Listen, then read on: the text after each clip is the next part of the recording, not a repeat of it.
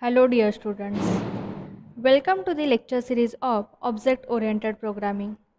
In this lecture, we are going to see variables and reference variables. At the end of this lecture, you will be able to use variables and reference variables. Let us first understand what is a variable. A variable is a location in the memory. It is referenced by an identifier. A variable contains a data value that can be changed. A program operates on the data which is stored in the memory. While a program is executing, different values may be stored in the same memory location at different times. For example, when a user gives input to your program, user may have entered one value. Now, again the user is entering another value for your program for the same purpose. Now in that case, the new value will be replaced by the previous value. So the same memory location will be used at different times. This kind of memory location is referred as a variable as it is changing, as it is varying, and the contents we are storing at that memory location is referred as the variable value. With each memory location, a symbolic name is associated, and that symbolic name is referred as a variable name or a variable identifier. Now let us see how to declare a variable. Declaring a variable means specifying both the variable's name as well as its data type. The declaration tells the compiler to associate a name with a memory location whose contents are of specific type. Now please observe the example. Here I have a variable and the name of that variable is age. The value is associated with that variable as a 20.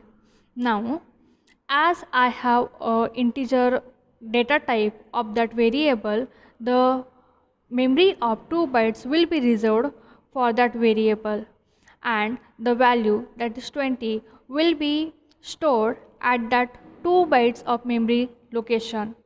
And how to access that memory? Now the name is associated with that memory and that name is age. So using that age, I can access that memory location where the value 20 is stored. In C++, the declaration of the variables can be anywhere in the scope. It means it can be declared whenever first time it is used. For example, here x is a variable name with data type integer. Now when I declare it as a int x, a 2 bytes of memory is reserved for which is referred by the variable name as x. Now this x is used later on in the program, but if you observe the for loop and if you observe that I variable name, now here I is used first time in this program in the for loop. At the same moment, it is declared as integer I, that is the memory is reserved that is of 2 bytes for that variable name I at the moment where it is used first time. C++ also allows initialization of a variable at runtime using expressions at the place of declaration. Now please observe the example. Here I want to calculate the area of circle. Now I have some formula to calculate the area of circle as 3.14 multiplied by radius square. Now that calculation will be stored at some of the memory location which is referred as area, and that area, the memory location where the value will be stored, it will be of 4 bytes as it has a data type of float. Now if you observe, when I have calculated the area, at the same moment I have declared the variable as area of data type float. So likewise, C++ allows us to initialize the variables at runtime. Now let us observe the next pattern, that is reference variable. Reference variable provides an alternate name for previously defined variable. The syntax is data type ampersand reference variable name is equal to variable name, means the variable name which is already assigned, which is already defined, to that variable name we can give a new value. Once a reference is initialized with a variable, either the variable name or the reference name may be used to refer the variable. For example, here I have a variable as total and the value for that variable is 200, which is of data type float.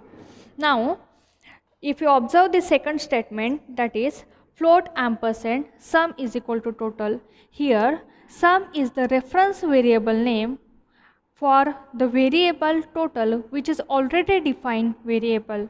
Now the statements as cout sum and cout total will print the same values as 200, as I have assigned a value 200 for the total, and as sum is the reference variable for total, it will also access the value as a 200. Now, if I want to add 50 to the total, then I will write the statement in my program as total is equal to total plus 50. So, this statement will change the value for sum also, as sum is the reference variable for total. So, the value for total and the value for sum will be 250. The reference variables must be initialized at the time of declaration. The reference variables cannot be initialized as per the runtime as C++ offers, but the reference variable, it is initialized at the time of declaration and it is mandatory. If you observe, I have used ampersand operator while declaring the reference variable. Now here that ampersand operator is not a address operator, but it indicates that reference to that particular type. Now let us see some examples. The reference variable, we can assign the reference variables to the arrays also. Now if you observe the example 1, here I have a array A of size 10 and the data type is integer, and I have assigned a reference variable. I have given a name to that array A as X as a reference variable, and I can write the statement as int ampersand X is equal to A of 10. Now this statement will assign the value to that array a new name to that A as a X, and now that X and A, any of the variable can be used for my further use. Now please observe the second example. Here M refers to the X which is pointed by the pointer P. That means the reference variable can be assigned to the pointer as well. Here X is my already defined variable and P is the pointer of that variable. Now if I want to give new name to that pointer, then I can use the statement as int ampersand M is equal to star P. Now M is the new name to my pointer P, and M refer to X which is pointed by pointer P. Please observe the example 3.